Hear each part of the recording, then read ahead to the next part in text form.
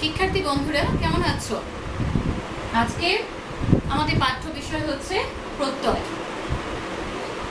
যা শব্দের পরে যুক্ত হয় তাই প্রত্যয়। তো সেই শব্দটি কেমন শব্দ? নাম শব্দ বা ক্রিয়ামূল। নাম শব্দ বা ক্রিয়ামূলের পরে যে বর্ণ বা বর্ণ সমষ্টি যুক্ত হয় তাকে বলা হয় প্রত্যয়। নাম শব্দ বা প্রাতিপদিকের পরে যে প্রত্যয় বসে, অর্থাৎ এই প্রত্যয়টি, এটিকে বলে তদ্ধিত প্রত্যয়। নাম শব্দ বা প্রাতিপদিক, নাম শব্দ বা প্রাতিপদিক, প্রাতিপদিক কি? বিভক্তিহীন নাম শব্দকে প্রাতিপদিক বলে। যে হাত শব্দটির মধ্যে কোনো বিভক্তি নেই, এটি প্রাতিপদিক। বিভক্তিহীন নাম শব্দকে বলে প্রাতিপদিক। নাম শব্দ বা প্রাতিপদিকের পরে যে বর্ণ বা বর্ণ সমষ্টি যুক্ত হয় তাকে বলে তদ্ধিত প্রত্যয়। আর ক্রিয়ামূল বা ধাতুর পরে যে বর্ণ বা বর্ণ সমষ্টি যুক্ত হয় সেটি হচ্ছে কৃৎ প্রত্যয়। অর্থাৎ আমাদের প্রত্যয় দুই প্রকার, তদ্ধিত প্রত্যয়, কৃৎ প্রত্যয়। নাম শব্দ সঙ্গে যে প্রত্যয় সেটি হচ্ছে তদ্ধিত প্রত্যয়, আর ক্রিয়ামূলের সঙ্গে যেটি সেটি হচ্ছে কৃৎ প্রত্যয়। একই ধরনের বর্ণ বা বর্ণ সমষ্টি যদি নাম শব্দের পরে যুক্ত হয় সেটি তদ্ধিত প্রত্যয় হবে, আবার যদি ক্রিয়ামূলের পরে যুক্ত হয় তাহলে সেটি কিন্তু কৃৎ প্রত্যয় হবে। যেমন দেখো, পট যোগ অ হচ্ছে পাঠ, আর মনু যোগ অ হচ্ছে মানব। এই অটি কিন্তু পট ক্রিয়ামূল, এই অটি কৃৎ প্রত্যয়, আর মনুর পরে যে অ, এই অটি কিন্তু তদ্ধিত প্রত্যয়। নাম শব্দ এবং ক্রিয়ামূল বা প্রাতিপদিক, ধাতু, এগুলো আরেক নাম প্রকৃতি। অর্থাৎ প্রকৃতি কি? এখন আমরা যাব আবার প্রকৃতিতে। প্রকৃতি কি? এই প্রকৃতি কিন্তু নেচার নয়, এই প্রকৃতি হচ্ছে ব্যাকরণের একটি টার্ম। যে প্রকৃতি হচ্ছে একটা শব্দের মৌলিক অংশ, যে অংশটাকে আর বিশ্লেষণ করা যায় না, যে অংশটাকে আর বিশ্লেষণ করা যায় না সেটি হচ্ছে প্রকৃতি, অর্থাৎ শব্দের মৌলিক অংশ। প্রকৃতি দুই প্রকার, নাম প্রকৃতি যেটার আর নাম প্রাতিপদিক, আর ক্রিয়া প্রকৃতি। নাম প্রকৃতি আর ক্রিয়া প্রকৃতি। তাহলে আমরা আরেকভাবে বলতে পারি যে নাম প্রকৃতি প্লাস প্রত্যয়, সেই প্রত্যয়টি হচ্ছে তদ্ধিত প্রত্যয়, আবার ক্রিয়া প্রকৃতি প্লাস প্রত্যয়, সেই প্রত্যয়টি হচ্ছে কৃৎ প্রত্যয়। অর্থাৎ নাম প্রকৃতি আর প্রাতিপদিক একই জিনিস, ক্রিয়া প্রকৃতি বা ধাতু একই জিনিস, বা ক্রিয়ামূল একই জিনিস। এখন এই কৃৎ প্রত্যয় আর তদ্ধিত প্রত্যয় এগুলোরও আবার শ্রেণী বিভাগ আছে। কৃৎ প্রত্যয় দুই প্রকার, কৃৎ প্রত্যয় দুই প্রকার, সংস্কৃত কৃৎ প্রত্যয় আর হচ্ছে খাঁটি বাংলা কৃৎ প্রত্যয়।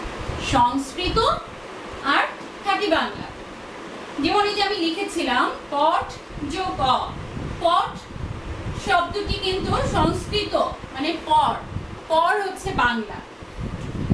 আবার ক্রি যোগ অক, ক্রি যোগ অক, এই ক্রিটি হচ্ছে সংস্কৃত ক্রিয়ামূল, এই জন্য এই অক, এই বর্ণ সমষ্টিটি হচ্ছে সংস্কৃত কৃৎ প্রত্যয়। আর চল যোগ অন্ত, চলন্ত, এই চল হচ্ছে খাঁটি বাংলা ক্রিয়ামূল, তাই অন্ত হচ্ছে খাঁটি বাংলা কৃৎ প্রত্যয়। সংস্কৃত কৃৎ প্রত্যয়, আর এটি হচ্ছে খাঁটি বাংলা কৃৎ প্রত্যয়। এবার আমরা আসবো তদ্ধিত প্রত্যয়ের ক্ষেত্রে। তদ্ধিত প্রত্যয় তিন প্রকার, সংস্কৃত, খাঁটি বাংলা আর বিদেশি। যেমন সংস্কৃত মনু যোগ স্ন, যেটি আমরা মাত্র লিখেছি অ, হচ্ছে মানব। এই মনু শব্দটি সংস্কৃত, স্ন সংস্কৃত প্রত্যয়, তাহলে মনু শব্দটি নাম শব্দ, তাই এই স্ন প্রত্যয়টি হচ্ছে তদ্ধিত প্রত্যয়, সংস্কৃত তদ্ধিত প্রত্যয় মানে অ, বা হচ্ছে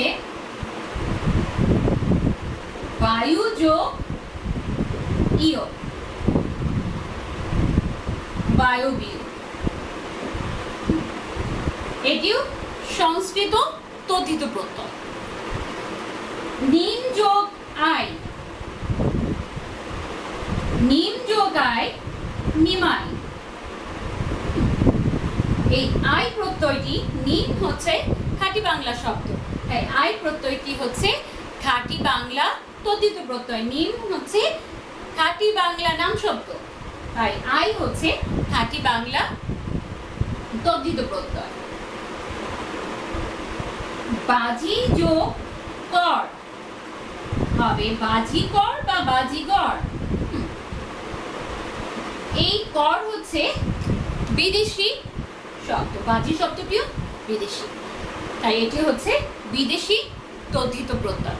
তাহলে কৃত প্রত্যয় দুই প্রকার, সংস্কৃত কৃত প্রত্যয়, খাঁটি বাংলা কৃত প্রত্যয়। তদ্ধিত প্রত্যয় তিন প্রকার, সংস্কৃত তদ্ধিত প্রত্যয়, খাঁটি বাংলা তদ্ধিত প্রত্যয় আর হচ্ছে বিদেশি তদ্ধিত প্রত্যয়। তো এখানে কিছু শব্দ আছে যেগুলো নিয়ে মাঝে মাঝে তোমাদের কনফিউশন হয়, যেমন সেবায়িত। সেবায়িত এই শব্দটি দেখো তোমাদের খাঁটি বাংলা কৃত প্রত্যয়ের মধ্যে আছে, আবার হচ্ছে খাঁটি বাংলা তদ্ধিত প্রত্যয়ের মধ্যেও আছে। সেব যোগ আই আর সেবা যোগ আই, একই আই। এই আইটি হচ্ছে কৃত প্রত্যয় আর এই আইটি হচ্ছে তদ্ধিত প্রত্যয়। কেন? সেব, সেব হচ্ছে মানে সেবা করা, ক্রিয়া, ক্রিয়ামূল, এটা কাজ করা বোঝাচ্ছে, সেই জন্য এবং এর আগে ক্রিয়ামূল বলে এর আগে ধাতুদোতক চিহ্ন দেওয়া হয়েছে। সেব যেহেতু ক্রিয়ামূল, তাই আই এই বর্ণ সমষ্টিগুলো হয়েছে কৃত প্রত্যয়। আর সেবা, সেবা হচ্ছে ক্রিয়াবাচক বিশেষ্য নামপদ, তাই এখানে আই হচ্ছে তদ্ধিত প্রত্যয়। এছাড়া আরো কিছু শব্দ আছে, যেমন খা যোগ উকা, খাউকা, খাউকা থেকে হয়েছে খেকো, খাউকা থেকে হয়েছে খেকো। ঠিক সেরকম আছে গাছ যোগ উয়া, গাছুয়া, গাছুয়া থেকে গেছো। এগুলো ধ্বনি পরিবর্তনের কিছু নিয়মের সাহায্যে হয়েছে। এছাড়া আমাদের বইয়ে যে এগুলো আছে সেগুলো আমরা একটু দেখব। আচ্ছা, ধাতুদোতক চিহ্ন ক্রিয়ামূল হলে কিন্তু ধাতুদোতক চিহ্ন অবশ্যই দিতে হবে। তো এখানে যেগুলো দেওয়া আছে আমাদের এগুলো পড়লে মোটামুটি আর কি আমরা বুঝতে পারবো।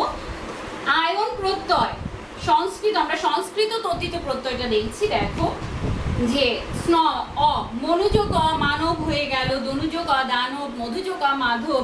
আয়ন প্রত্যয় দিয়ে নর যোগ আয়ন নারায়ণ, নর আকার নেই কিন্তু নারায়ণ আকার এসেছে। ঠিক সেরকম পঠ যোগ অ পাঠ হয়ে গিয়েছে। এটা প্রত্যয়ে দুটো নিয়ম আছে, একটা হচ্ছে গুণের নিয়ম আর একটা বৃদ্ধির নিয়ম।